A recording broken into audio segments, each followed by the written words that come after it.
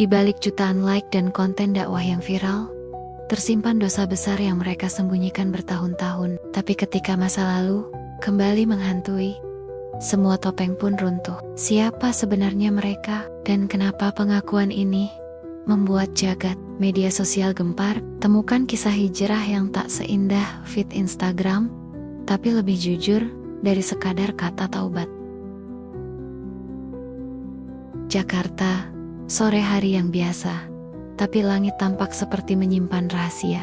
Abu-abu menggantung, enggan menurunkan hujan, seperti ragu, seperti hati yang tak tahu harus melangkah kemana. Zahira duduk bersila di atas sajadah di kamar yang ia tata sendiri sejak pindah ke apartemen kecil di Bilangan Tebet. Suara azan asar terdengar sayup dari masjid seberang jalan, bersaing dengan klakson kendaraan dan seruan tukang bakso keliling. Kamar Zahira sederhana, tapi penuh taste. Dinding putih bersih dihiasi figura kaligrafi dan quote hijrah dari tokoh favoritnya. Rak buku kecil menyimpan koleksi tafsir dan novel-novel Islami. Di tripod berdiri tegak saksi bisu dari ribuan video dakwah yang pernah ia rekam. Tapi hari ini, Zahira tidak sedang merekam konten. Ia hanya menatap layar laptopnya dengan tatapan kosong. Sebuah email baru saja masuk. Subjeknya, Official Invitation to Muslimah European Week, Paris, France. Tangannya gemetar saat membuka lampiran. Isinya undangan resmi dari komunitas Muslim Eropa. Mereka ingin Zahira hadir sebagai pembicara utama. Semua biaya ditanggung, tiket, hotel, bahkan akan ada dokumentasi eksklusif untuk YouTube mereka. Paris. Kata itu menggema seperti gema doa yang pernah ditinggalkan. Paris bukan sekadar kota cahaya. Bagi Zahira, itu adalah tempat dosa lamanya pernah tumbuh subur sebelum ia belajar menutup dada dan kepala. Dulu, Zahira hanya perempuan biasa. Perempuan yang bebas menertawakan hidup tanpa aturan, yang minum anggur di pesta rooftop dan mencintai lelaki bernama Furqan. Lelaki yang memperkenalkan cinta dan juga dosa. Tapi itu dulu. Sekarang, Zahira adalah Zahira yang baru. Selebgram berhijab syar'i dengan 2,3 juta pengikut di TikTok. Ia rutin berbagi nasihat tentang istiqomah, tentang batasan aurat, tentang cinta yang halal. Namun, apakah pengikutnya tahu bahwa perempuan yang mereka puja pernah hampir kehilangan kehormatannya di sebuah apartemen sempit di distrik Latin, Paris? Notifikasi video call masuk. Nomor asing. Tanpa pikir panjang, Zahira menekan tombol hijau. Wajah pria bule berjanggut muncul. Di belakangnya, terlihat ornamen Islami khas Arab Prancis. "Assalamualaikum Sister Zahira," katanya dengan senyum ramah dan logat khas Paris yang halus. "Maaf, saya belum menyimpan nomor ini. Saya Karim dari komunitas Muslimah Eropa. Kami sangat terinspirasi oleh konten dakwah Anda. Kami ingin mengundang Anda datang ke Paris untuk menjadi keynote speaker. Ini bukan sekadar acara, tapi simbol bahwa hijrah itu bisa lintas batas." Zahira menarik napas. "Masya Allah, saya bersyukur sekali. Kami tahu ini mendadak, tapi kami percaya Anda akan jadi cahaya bagi banyak hati yang resah di sini." Zahira mengangguk, walau hatinya tak sepenuhnya mantap. Setelah panggilan selesai, ia menatap laptopnya. Tanpa sadar, tangannya membuka folder lama bernama Z dan Con 2018. Titel, foto-foto dengan gaun merah, senyum tanpa jilbab, dan pelukan seorang lelaki di balkon kecil dengan lampu-lampu malam Paris sebagai latar. Furqan, nama yang dulu membuat hatinya berbunga, sekarang membuat hatinya gemetar. Ia klik kanan pada folder itu, pilih delete. Tapi ia tahu, seperti dosa, folder itu hanya masuk ke recycle bin. Belum sanggup-sanggup hilang, belum sanggup-sanggup dihapus dari hidupnya. Zahira berdiri pelan. Ia menatap cermin. Wajahnya tampak tenang, tapi matanya menyimpan badai. Paris bukan panggung. Mungkin itu medan ujian. Dan dalam diam, Zahira tahu perjalanannya bukan tentang ceramah atau konten viral, tapi tentang menyembuhkan luka yang belum selesai. Langit Paris sore itu seperti lukisan yang belum selesai. Warna oranye dan biru pucat menyatu di cakrawala, memantulkan cahaya lembut ke jalanan batu tua distrik Latin Dari balik kaca mobil hitam yang membawanya, Zahira menetap kota itu dengan tatapan kosong. Paris, kota impian bagi jutaan orang. Tapi bagi Zahira, kota ini menyimpan sesuatu yang lebih dalam dari sekadar menara Eiffel dan aroma croissant. Disinilah di antara jalan-jalan sempit dan kafe, mungil sebagian dari hidupnya. Pernah hilang mobil berhenti di depan bangunan tua, bergaya Haussmann. Bangunan itu adalah Maison des Associations, tempat komunitas Muslim Prancis sering berkumpul. Tak mewah, tapi punya nuansa yang tenang, seolah menyambutnya bukan sebagai tamu, tapi sebagai seseorang yang pulang dari pelarian. Zahira turun. Udara dingin musim semi langsung memeluknya. Bau khas Paris kopi, debu batu, dan daun basah menghantam kenangan yang ia coba kubur dalam. Van Veenway à Paris, Zahira sapa Nadine, wanita Prancis berhijab abu-abu yang berdiri di depan pintu. Tatapannya ramah tapi tajam, seperti bisa membaca isi hati Zahira. Mereka berjalan kaki, menyusuri trotoar Rue des Fosses, Saint Bernard, menuju bangunan modern dengan panel logam Geometris Institut du Monde Arabe, tempat yang terlihat futuristik di luar, tapi menyimpan sejarah ratusan tahun di dalamnya. Di dalam, ruangan luas itu dipenuhi artefak, manuskrip, dan replika bangunan Islam klasik. Nadine menunjuk lemari kaca berisi kitab karya Ibnu Sina dan Al-Farabi, serta peta dunia buatan ilmuwan muslim dari abad ke-9. Banyak yang tidak tahu, ujar Nadine pelan, bahwa Islam pernah memberi cahaya ke seluruh Eropa. Bahkan di Paris, jejaknya ada. Hanya saja, terlupakan. Mereka lalu berdiri di depan foto besar Masjid Agung Paris dibangun tahun 1926, hadiah Prancis kepada para tentara muslim yang gugur di medan perang dunia. Saat Nazi menduduki kota ini, lanjut Nadine, imam masjid itu menyelamatkan banyak nyawa Yahudi dengan memberi identitas palsu sebagai muslim. Itu bentuk jihad yang tak semua orang tahu. Zahira mendekat ke foto itu. Hatinya bergetar. Ada sesuatu tentang kota ini yang terus memanggilnya, bukan sebagai selebgram, bukan sebagai tapi sebagai perempuan yang pernah terjatuh di tempat ini. Ia menunduk. Dalam diam, wajah dari masa lalu muncul di benaknya. Senyuman yang dulu membuatnya lupa arah, tatapan mata yang dulu ia pikir cinta. Tapi semua itu berakhir tanpa penjelasan, tanpa kata perpisahan. Hanya luka yang membusuk dalam diam. Dan kini, Paris membangkitkan bayangannya. "Kau baik-baik saja?" tanya Nadine lembut. Zahira buru-buru tersenyum. "Hanya sedikit lelah." Paris bisa melelahkan ya, terutama jika kita pernah meninggalkan sesuatu di sini. Zahira hanya diam. Malam harinya, Zahira berdiri di balkon penginapan. Cahaya lampu kota menari-nari di kejauhan. Dari sini, menara Eiffel tampak kecil, tapi kenangan yang pernah terjadi di bawahnya terasa besar sekali. Ia menutup mata. Dalam sekejap, suara tawa itu datang lagi. Tawa yang pernah membuatnya percaya bahwa cinta itu bebas, tanpa batas, tanpa halal dan haram. Dan kini, hanya menjadi gema yang menghantui di sela istighfarnya. "Aku di sini bukan untuk mengulang, tapi untuk menebus," bisiknya. Dan di tengah dinginnya angin Paris, Zahira tahu masa lalunya belum benar-benar mati. Gedung pertemuan itu tak besar, tapi hangat. Dindingnya dihiasi kaligrafi emas dan bendera kecil dari berbagai negara muslim. Cahaya kuning redup menyinari ruangan, membentuk suasana yang tenang namun hikmat.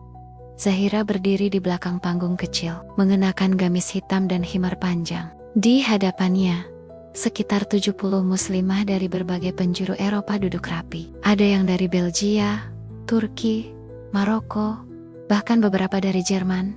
Nadine mendekatinya, menyentuh pundaknya lembut. "Kau siap?" bisiknya. Zahira mengangguk pelan, tapi di dadanya, jantungnya berdetak lebih kencang dari biasanya.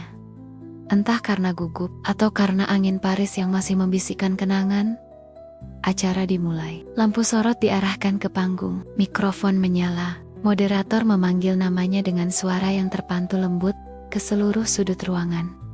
"Hadirin yang kami hormati, inilah Sister Zahira, sosok inspiratif dari Indonesia yang akan membagikan kisah hijrahnya." Tepuk tangan terdengar.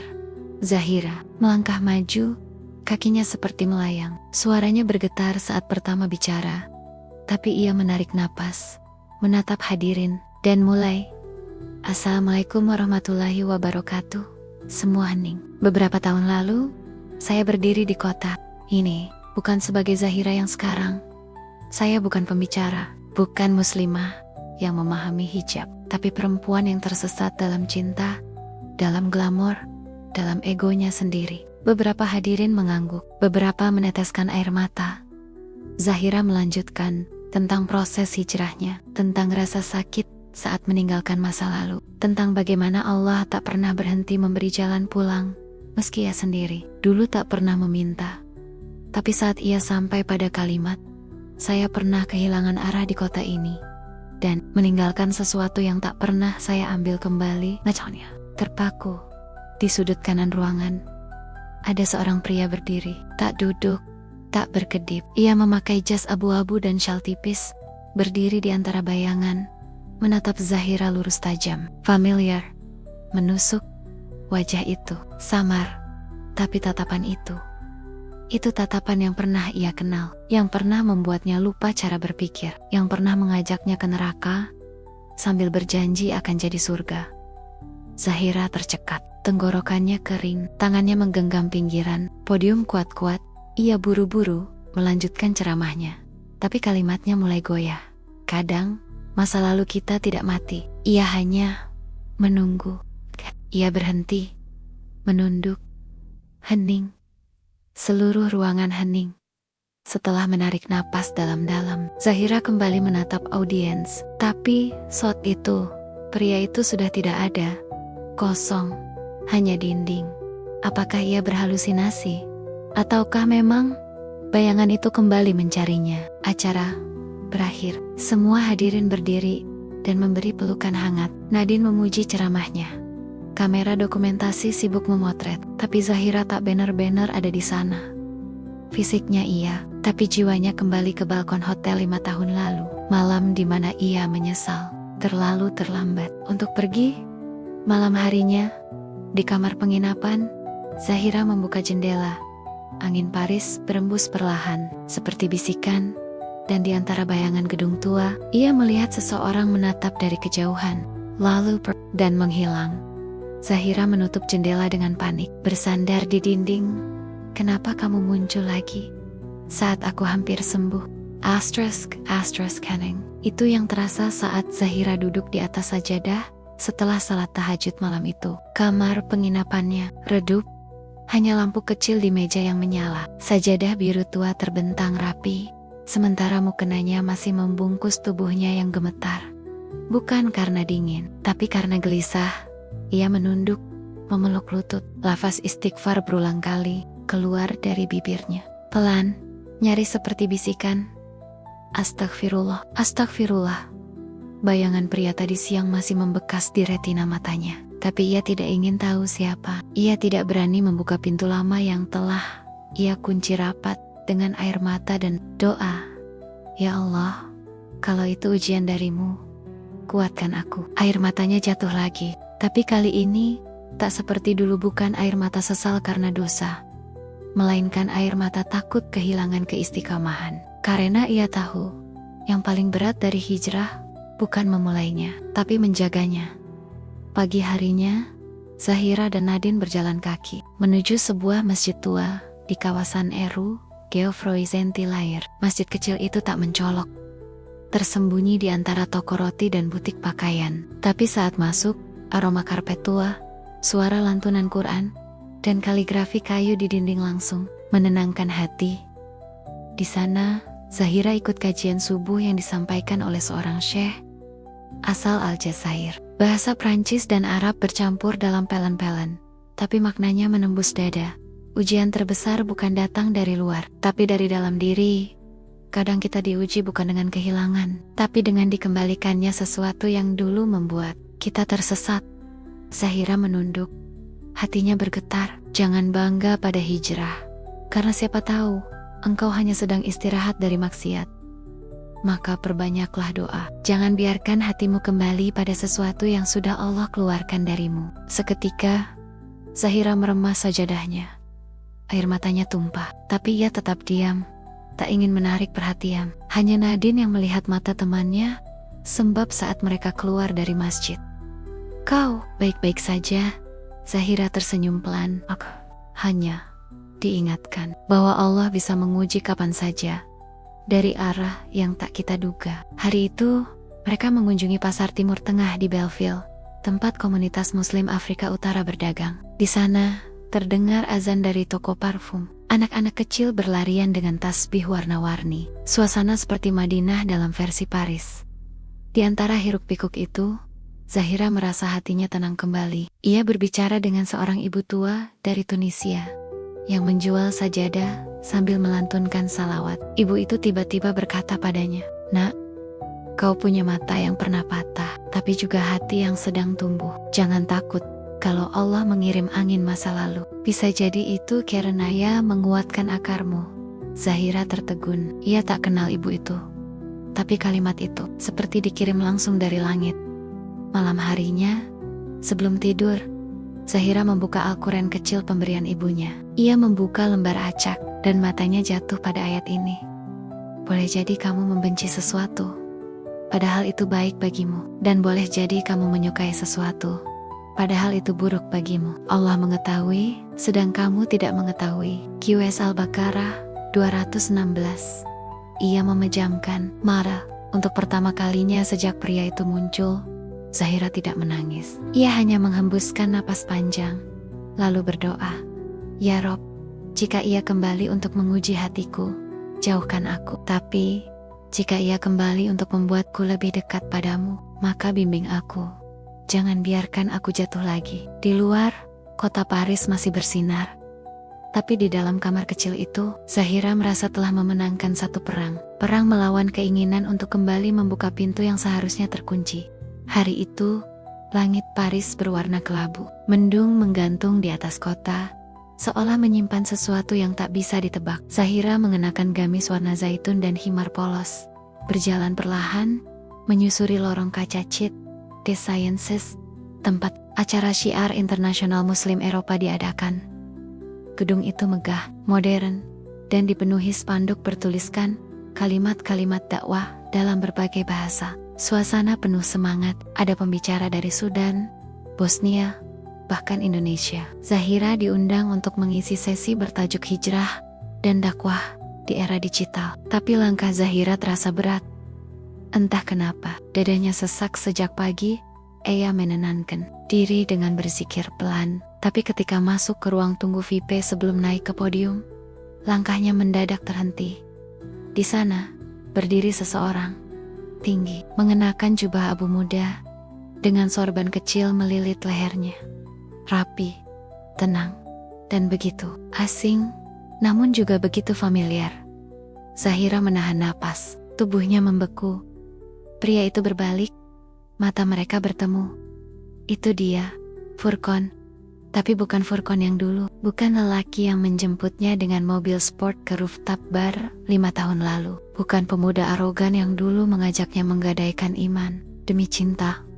Furqan yang ini berbeda.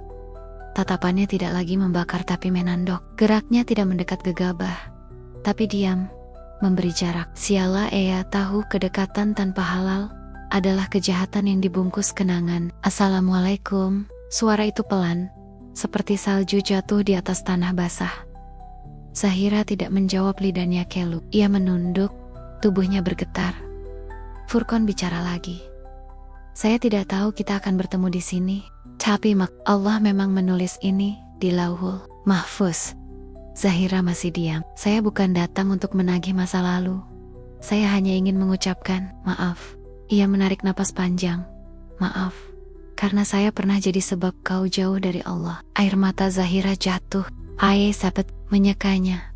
Masih menunduk, tapi tak bisa lari. Kakinya tak sanggup bergerak.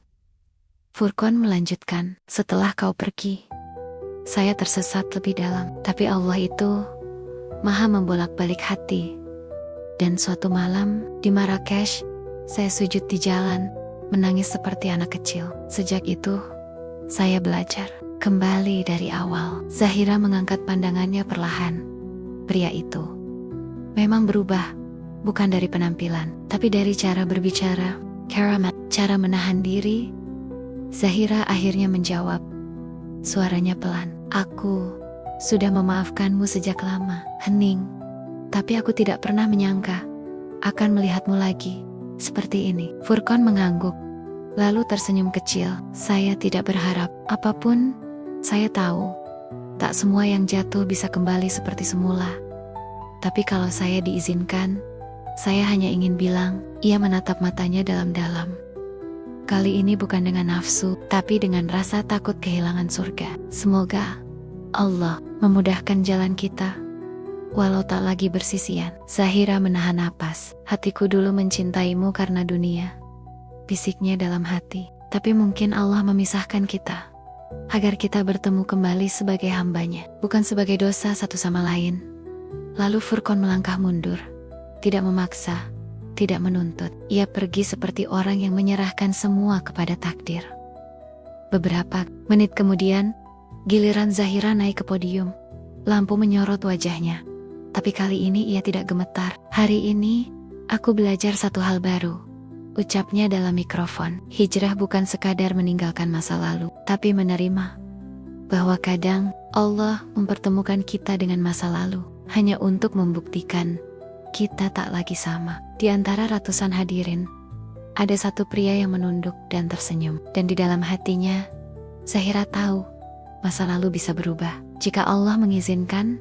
Malam itu, gedung Institut du Monde Arabe dipenuhi cahaya lampu gantung berwarna keemasan. Acara puncak konferensi ditutup dengan jamuan makan malam tertutup. Para pembicara dari seluruh dunia duduk di kursi elegan. Di bawah dekorasi kaligrafi besar bertuliskan, Watashimu'u bihablillahi jamian wala tafaraku. Berpeganglah kalian semua kepada tali Allah dan janganlah bercerai-berai. Zahira duduk di meja nomor 2, diapit oleh Nadine dan seorang ulama muda dari Bosnia. Gamis putih gadingnya menyatu dengan suasana formal yang khidmat, tapi hatinya lagi-lagi tak bisa tenang. Dari kayohan, ia melihat Furqan masuk bersama beberapa pembicara laki-laki lain. Ia mengenakan baju koko putih bersih, dengan tasbih kayu melingkar di pergelangan tangan. Tatapannya lurus ke depan. Ia tidak mengkari-kari Zahira, tapi keberadaannya langsung terasa. Itu siapa? Bisik Nadine sambil melirik ke arah Furqan. Zahira tersenyum tipis. Teman lama. Nadine memicingkan mata. Teman atau mantan? Zahira menunduk, memutar gelas air putih di tangannya. Dulu aku mencintainya karena alasan yang salah, dan sekarang Zahira menghela napas pelan. Sekarang aku takut mencintainya karena alasan yang benar. Nadine tidak bertanya lagi. Ia hanya menatap sahabatnya dengan rasa khawatir yang tak ia ucapkan. Saat makan malam berlangsung, pembicaraan di meja semakin ringan. Ulama dari Yordania menceritakan perjuangan dakwah di gurun. Seorang mualaf dari Irlandia berbagi kisah masuk Islam karena mendengar azan pertama kali di Istanbul. Suasana hangat, penuh tawa, penuh dizikir. Tiba-tiba, panitia naik ke panggung kecil dan berkata, sebagai penutup, kita akan mendengarkan refleksi singkat dari salah satu pembicara yang baru kembali dari studi di Maroko dan kini aktif di dakwah pemuda Eropa. Mari kita sambut Ustadz Furqan Malik. Zahira nyaris menjatuhkan sendok. Ia tidak tahu Furqan juga akan bicara malam ini.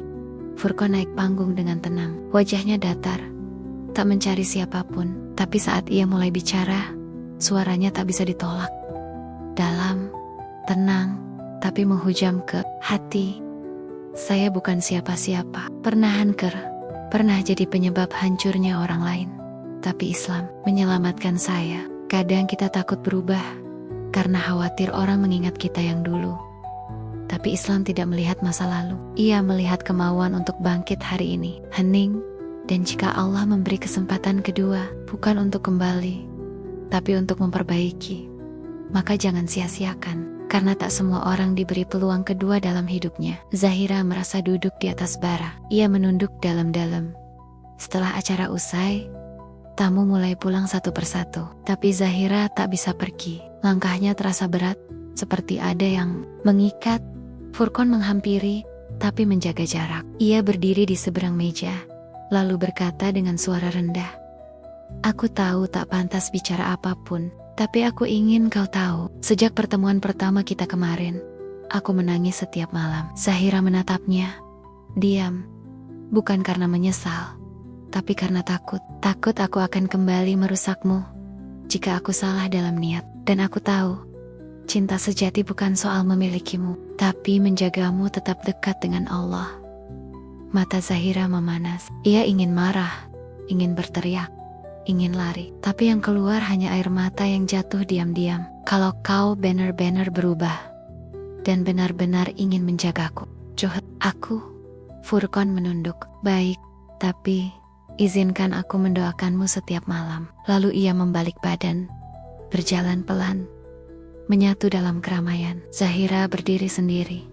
Tubuhnya lemah, tapi hatinya lebih kuat dari sebelumnya. Malam itu, sebelum tidur, Zahira membuka mushafnya, dan ia menulis satu kalimat di tepi halaman. "Jika dia jodohku ya Allah, jaga dia dalam takwa. Tapi, jika bukan, tolong jauhkan dia tanpa menyakitkan." Bandara Soekarno-Hatta menyambut Zahira dengan bau khas udara tropis yang bercampur aroma aspal panas dan parfum mahal. Suara pengumuman menggema, orang lalu lalang membawa koper, dan di luar, Jakarta menyambut dengan hujan rintik-rintik yang jatuh pelan di atas mobil-mobil taksi online. Zahira duduk di kursi belakang sedan hitam, menatap jendela yang basah. Hatinya kosong, tapi juga penuh. Penuh tanya, penuh doa yang belum dijawab. Sudah 2 minggu sejak makan malam itu di Paris. 2 minggu sejak Furqan mengucap kata-kata terakhirnya. Kalimat yang terasa seperti pisau dan pelukan sekaligus. "Izinkan aku mendoakanmu setiap malam." Di rumah, ibunya menyambut dengan pelukan haru. "Kamu makin cantik, Zahira. Wajahmu bercahaya." Zahira tersenyum, lalu memeluk ibunya erat. Hanya pelukannya yang bisa membuatnya merasa utuh kembali. Seminggu kemudian, Zahira menghadiri acara besar, Konferensi Dakwah Muslim Muda Indonesia. Acara itu diselenggarakan di Masjid Istiqlal, masjid kebanggaan negeri yang megah dan lapang, dengan tiang-tiang baja tinggi menjulang dan kubah perak yang menyinari aula utama.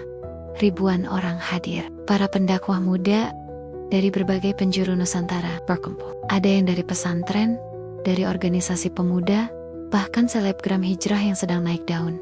Zahira dijadwalkan mengisi sesi bertema memaafkan masa lalu, menjemput hidayah masa depan. Ia berdiri di panggung, di hadapan ratusan pasang mata. Cahaya lampu menyorot wajahnya, tapi suaranya bergetar karena di deretan kursi VIP, ia melihat seseorang yang ia kenal dengan sangat baik. Furqan. Ia duduk tenang, mengenakan batik abu-abu sederhana. Wajahnya menunduk, seperti tak ingin mengusik, tapi kehadirannya mengguncang hati Zahira sampai ke akar. Dan saat Zahira mulai bicara, suara hatinya lebih lantang dari suaranya sendiri. "Saya pernah mencintai seseorang dengan cara yang salah, dan ketika saya tinggalkan, saya pikir rasa itu akan hilang. Tapi Allah tak menghapus rasa. Allah mengubah arah rasa itu." Hening, mata Zahira berkaca-kaca. Kadang, kita terlalu takut pada masa lalu, hingga tak mau membuka pintu masa depan. Tapi saya belajar bahwa Allah itu maha membolak-balikkan hati. Dan cinta yang dulu mengarah ke dosa bisa berubah jadi doa. Beberapa orang menunduk, mulai menangis. Tapi Zahira tetap berdiri kokoh. Jika kau pernah terluka oleh seseorang, jangan simpan dendamnya. Simpan namanya dalam sujudmu. Selesai sesi, Zahira turun dari panggung.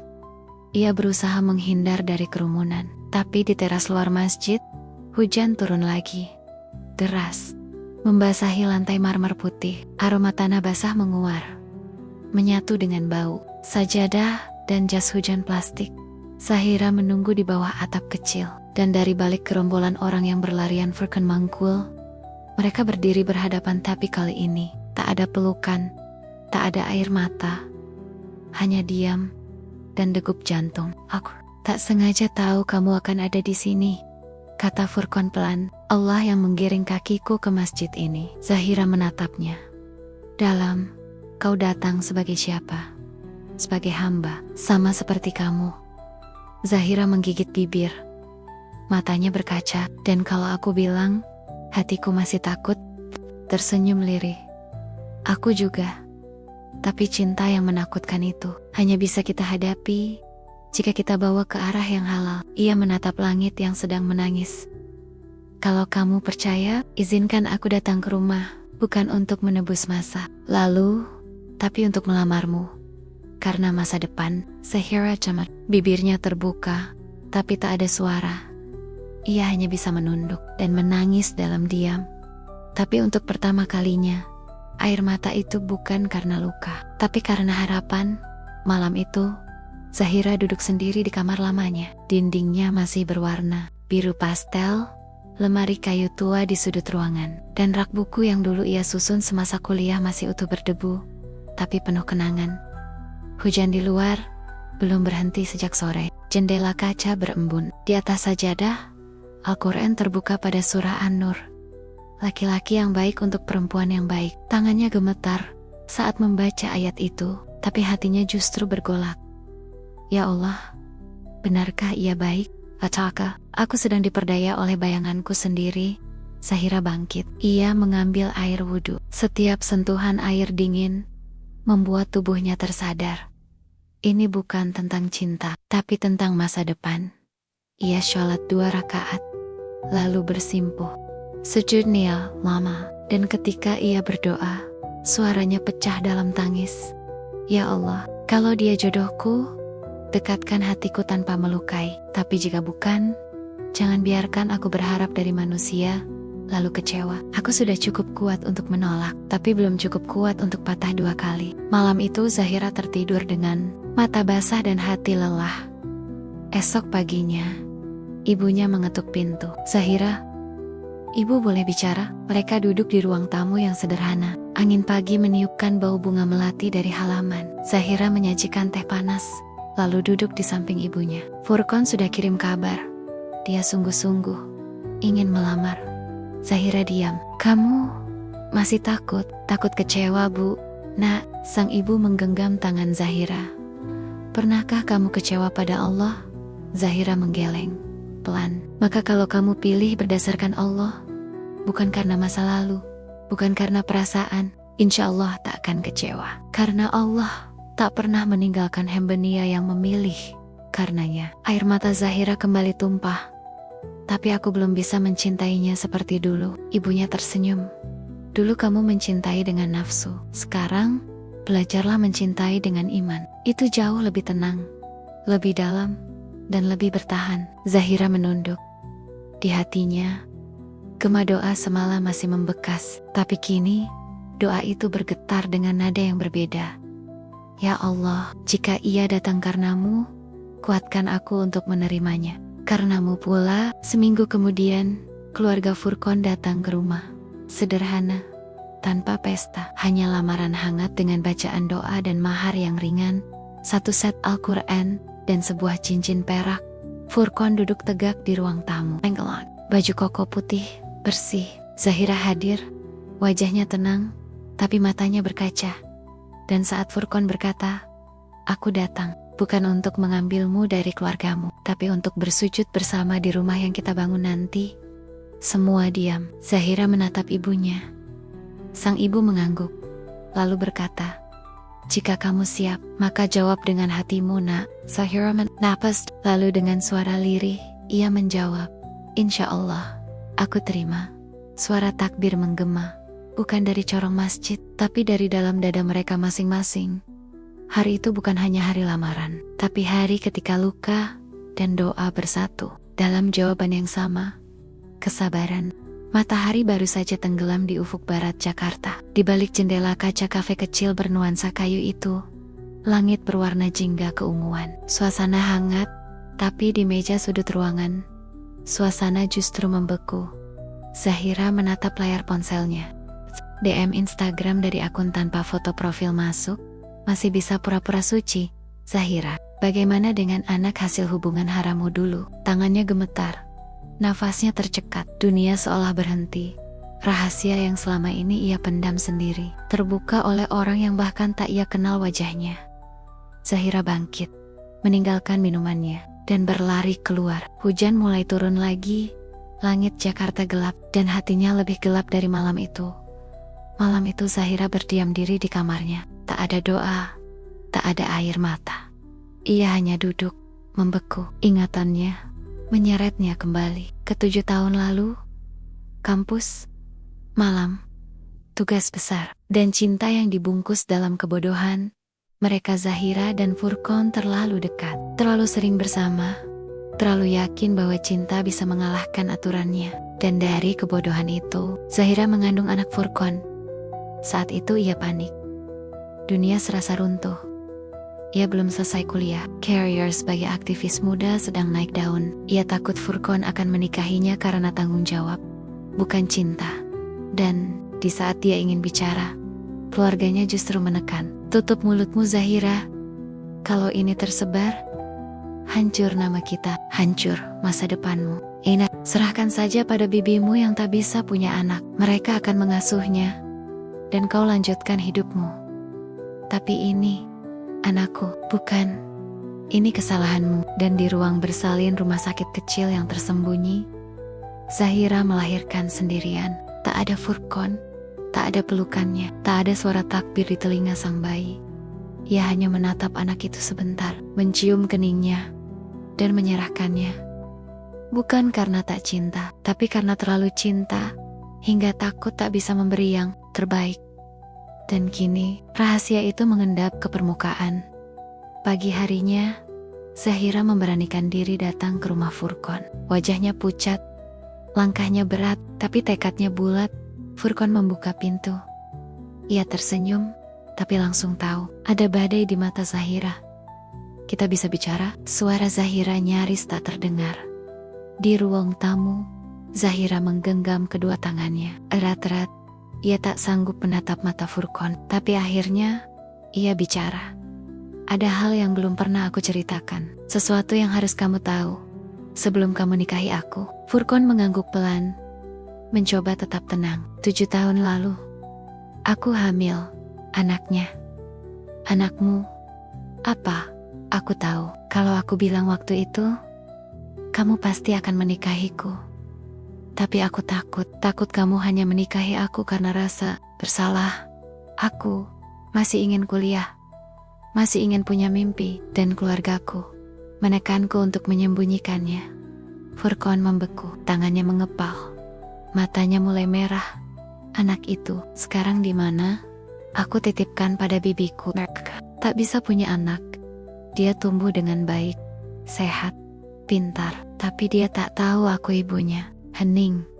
Suara kipas angin berdengung lembut, tapi suasana di ruangan itu seperti medan perang dalam hati keduanya. Kenapa kamu tak pernah bilang, Zahira? Suara Furqan bergetar. Karena aku tak ingin kau mencintaiku karena kewajiban. Aku ingin dicintai karena kau benar-benar memilihku, bukan karena dosa yang ingin kau tebus. Air mata Zahira tumpah. Tapi sekarang, aku siap. Kalau kamu pergi setelah ini, aku rela. Furqan menunduk lama, lalu ia berdiri, mendekati Zahira. Tangannya mengusap air mata Zahira perlahan. Zahira, anak itu bagian dari kita, dan kamu, perempuan paling kuat yang pernah aku kenal. Tapi aku egois. Kamu bukan egois. Kamu perempuan yang terluka, tapi tetap menjaga kehormatan. Kamu salah, tapi kamu bertahan. Zahira memejamkan mata, tubuhnya bergetar. Kalau kamu izinkan, aku ingin bertemu anak kita, bukan untuk memaksa, tapi untuk minta izin bahwa aku akan menjadi suami ibunya. Zahira tak bisa menahan tangisnya. Di dada Furqan, semua penyesalan dan cinta lama meleleh menjadi harapan. 2 hari setelah pengakuan Zahira, Furqan akhirnya bertemu anaknya. Mereka janjian di sebuah rumah sederhana milik bibi Zahira yang terletak di pinggiran Depok. Rumah itu asri, halaman kecil ditumbuhi tanaman lidah mertua dan bunga kertas. Di terasnya ada seorang anak lelaki usia 7 tahun mengenakan kaos putih dengan celana training. Ia sedang asyik menggambar. Zahira menunduk dalam, jantungnya berdebar tak karuan. Ia berbisik, namanya Zidan. Furqan melangkah pelan. Matanya berkaca sejak melihat bocah itu dari kejauhan. Saat Zidan menoleh, mata itu merayang persis, miliknya 7 tahun lalu, saat masih muda dan penuh ambisi. "Halo nak," suara Furqan bergetar. Zidan mengangguk sopan. "Om, siapa?" Furqan terdiam sejenak, lalu tersenyum kecil. "Om Furqan." Tangan mungil itu menyambut uluran tangan Furqan. Dan saat mereka bersalaman, entah kenapa, ada air mata mengalir di pipi Furqan. Dalam diam, ia mencium kepala Zidan, lalu memeluknya pelan, lembut, penuh kehilangan. "Maafkan Om." "Ya." Zidan bingung, tapi Zahira menahan isaknya dari kejauhan. Itu pelukan yang harusnya ada sejak 7 tahun lalu. Tapi momen sakral itu ternyata direkam diam-diam, entah oleh siapa. Mungkin oleh salah satu tetangga atau netizen yang sebelumnya sudah mengendus gosip Zahira. Beberapa jam kemudian, video itu tersebar luas di TikTok. Inikah anak hasil hubungan masa lalu Zahira dan Furqan? Dulu hidup bareng, sekarang sok jadi ikon hijrah. Netizen meledak, komentar bermunculan, menyayat seperti peluru. Pantesan followersnya naik, jual kisah tobat, aib, dibungkus, jilbab. Kok bisa jadi panutan umat kalau dulu tinggal bareng? Dan yang lebih parah, video-video lawas mereka saat masih pacaran pun ikut muncul. Direkam bertahan-tahan lalu, saat Zahira dan Furqan masih tinggal di apartemen yang sama, tertawa, saling suap makanan, tidur beralaskan kasur tipis, dengan latar belakang dinding kusam apartemen murah. Lalu muncul satu wawancara viral. "Saya dulu penjaga apartemen itu." Iya, mereka tinggal berdua, belum nikah. Video itu menyebar bagai api di tengah angin. Tagar, Zahira palsu dan Furqan munafik trending selama 2 hari penuh. Brand-brand Islami yang pernah endorse Zahira mulai menghapus postingan kerjasama. Followersnya anjlok dari 3 juta menjadi 600.000 dalam waktu 3 hari. Diam di penuh hujatan dan ajakan bunuh diri. Zahira hanya duduk di depan cermin. Wajahnya pucat, matanya sembab, dan ponselnya masih bergetar dengan notifikasi tak henti. Ibunya masuk kamar dengan wajah bingung. "Nak, kamu harus klarifikasi, atau biarkan saja." Lama-lama hilang. Furqan, yang kini sering menemani Zahira, duduk di lantai kamar. Ia menatap Zahira lekat. "Kamu tidak harus kuat untuk membela dirimu di depan mereka. Tapi kamu harus jujur di depan Allah." Zahira menutup wajahnya. Napasnya berat. Ia tahu, jika ia bicara, semua akan hilang. Nama baik, citra, endorse, kekaguman publik, semua akan musnah. Tapi jika ia diam, berita itu bisa tenggelam. Tinggal matikan komentar, batasi akun, dan biarkan waktu bekerja. Namun, setiap ia menatap mata Zidan, anak yang kini tahu siapa ibunya sebenarnya, hati kecilnya berbisik, "Apakah aku akan membiarkan anakku tumbuh dalam kebohongan yang aku bangun?" Tengah malam, Zahira membuka Instagramnya. Ia tak memakai makeup, tak ada filter, hanya wajah asli dengan lingkar mata dan bekas tangis. Ia menatap kamera. "Assalamualaikum, aku tahu banyak dari kalian kecewa, dan aku tak akan membela diriku.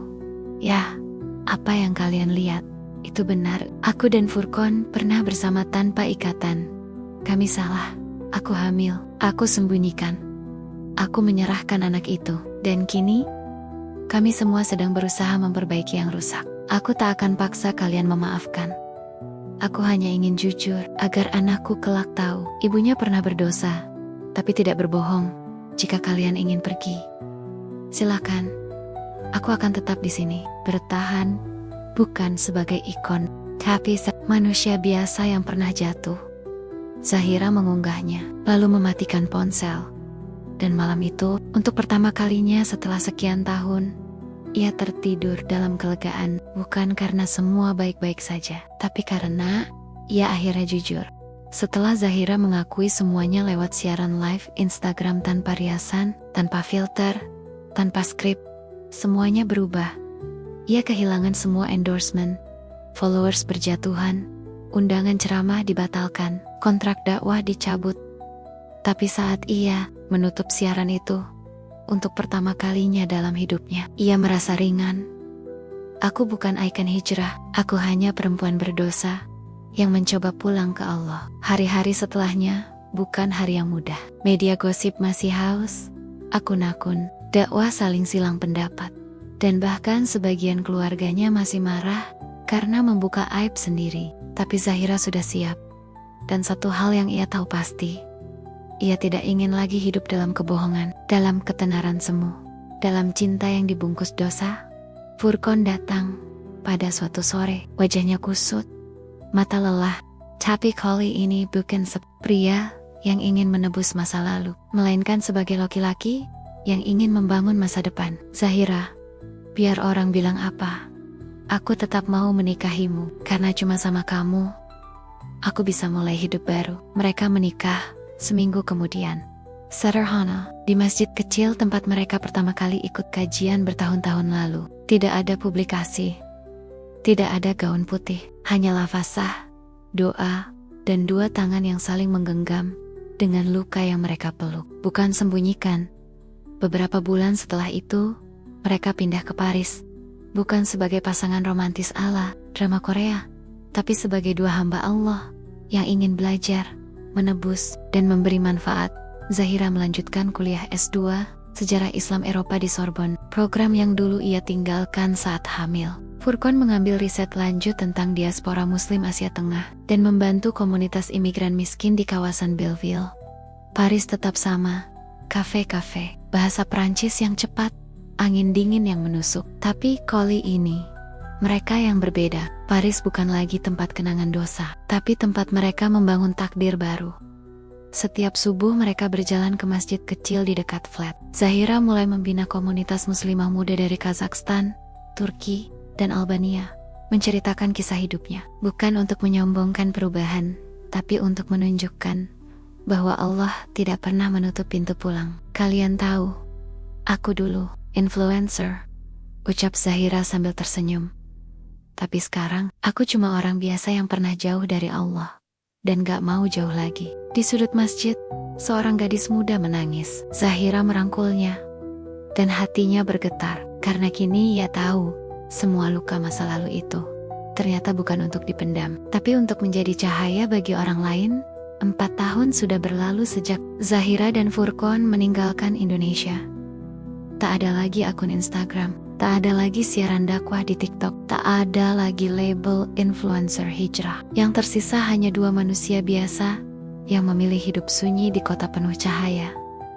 Paris tak berubah, tapi kini mereka menjalani hari-hari dalam hening yang damai, tanpa sorotan, tanpa keramaian.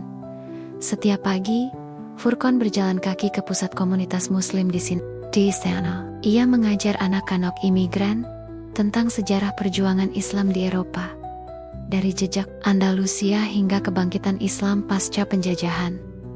Zahira mengisi waktu dengan riset. Ia sering pergi ke kota-kota tua di Belgia, Bosnia, dan Spanyol. Bukan untuk konten, tapi untuk menulis jurnal ilmiah dan menyusun buku sejarah Islam Eropa yang ia dedikasikan bukan untuk dibaca banyak orang, tapi untuk menyambung warisan yang hampir dilupakan. Mereka sering menolak undangan wawancara, bahkan dari stasiun televisi Muslim Internasional. Kami tidak sedang berdakwah di layar, kata Zahira suatu ketika. Kami hanya sedang hidup dengan benar. Di hari Jumat, mereka naik kereta ke Strasbourg, tempat komunitas Muslim Turki membangun sekolah-sekolah kecil dari dana swadaya. Di sana, Zahira mengajarkan perempuan-perempuan muda membaca sejarah Islam dan makna hijrah sejati, bukan dengan hijab trendy, bukan dengan kutipan viral, tapi lewat kesabaran, ilmu, dan kesalehan yang senyap. Di rumah mereka yang sederhana, di kawasan Bushomount, tak jauh dari kanal St. Martin, ada tawa kecil yang kini jadi pusat kehidupan mereka. Salsabila, anak kedua mereka, kini berusia 3 tahun, lahir di Paris. Dalam pernikahan yang penuh keikhlasan dan ketenangan, ia tumbuh tanpa kamera, tanpa konten, tanpa tekanan untuk menjadi simbol apapun. Aku bahagia sekarang, Furqan, kata Zahira suatu malam. Bukan karena semua orang tahu aku berubah, tapi karena akhirnya aku gak peduli siapa yang tahu. Furqan tersenyum, menatap istrinya yang kini benar-benar bebas.